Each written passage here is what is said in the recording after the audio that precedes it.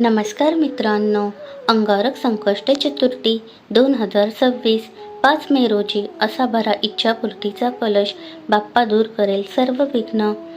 संकष्ट चतुर्थीचे महत्त्व असते, पण अंगारक योग दुर्मिळ असतो.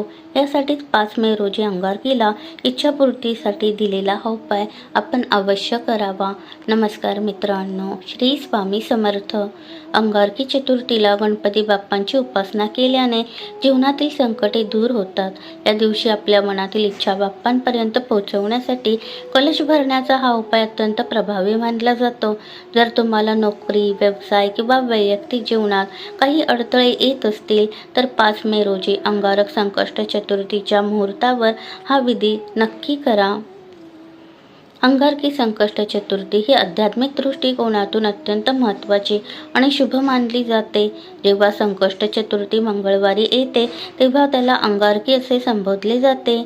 या दिवशी केलेल्या उपवासाचे महत्त्व अनन्यसाधारण असून असे मानले जाते की केवळ एका अंगारकीचा विधिवत उपवास केल्याने भाविकांना वर्षभरातील 21 संकष्ट चतुर्थीच्या उपवासाचे पुण्य प्राप्त होते. हा दिवस गणपती बाप्पा आणि मंगळ ग्रहाशी संबंधित असल्याने या दिवशी केलेली आराधना कुंडलीतील मंगळदोष दूर करण्यासाठी, कर्जमुक्तीसाठी आणि कामातील सर्व विघ्ने दूर करण्यासाठी अत्यंत फलदायी ठरतो. रात्री चंद्रोदयाच्या वेळी चंद्राचे दर्शन घेऊन आणि त्याला अर्घ्य अर्पण करून हा उपवास सोडला जातो, ज्यामुळे मनाला शांती आणि जीवनात समृद्धी लाभते. 5 मे 2026 रोजी येणारी अंगारक संकष्ट चतुर्थी ही विशेष फलदायी आहे. या शुभ मुहूर्तावर इच्छापूर्ती कलश भरल्यास गणपती बाप्पांच्या आशीर्वादाने सर्व मनोकामना पूर्ण होतात असे मानले जाते. या उपायाची सविस्तर माहिती याप्रमाणे. हा उपाय करण्यासाठी आपल्याला तांब्या किंवा पितळेचा कलश घ्यायचा आहे.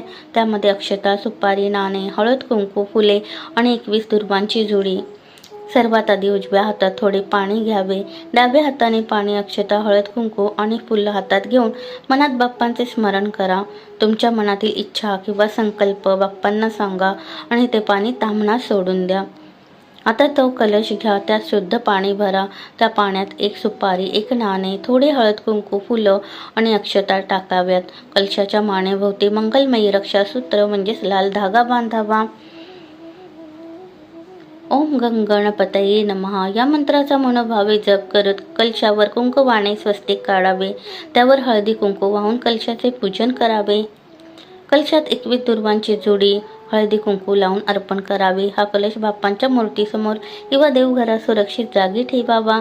दुसऱ्या दिवशी सकाळी स्नान झाल्यावर कलशातील दुर्वांसह ते पाणी वाहत्या पाण्यात सोडून द्यावे. जर वाहते पाणी जवळ उपलब्ध नसेल तर त्या दुर्वा निर्माल्यात टाकाव्यात आणि कलशातील पाणी घरातील फुलझाडांच्या कुंडीत अर्पण करावे.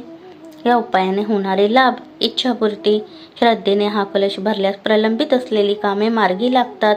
नकारात्मकता दूर होते. कलशात वापरलेले पाणी आणि मंत्रजप घरातील नकारात्मक ऊर्जा नष्ट करतात. आर्थिक स्थैर्य. कलशातील नाणे आणि सुपारी ही समृद्धीचे प्रतीक असून यामुळे आर्थिक अडचणी दूर होण्यास मदत होते.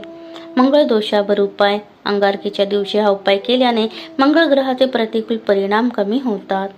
धन्यवाद. गणपती बाप्पा मोरया. मंगलमूर्ती मोरया. श्री स्वामी समर्थ. जय जय स्वामी समर्थ.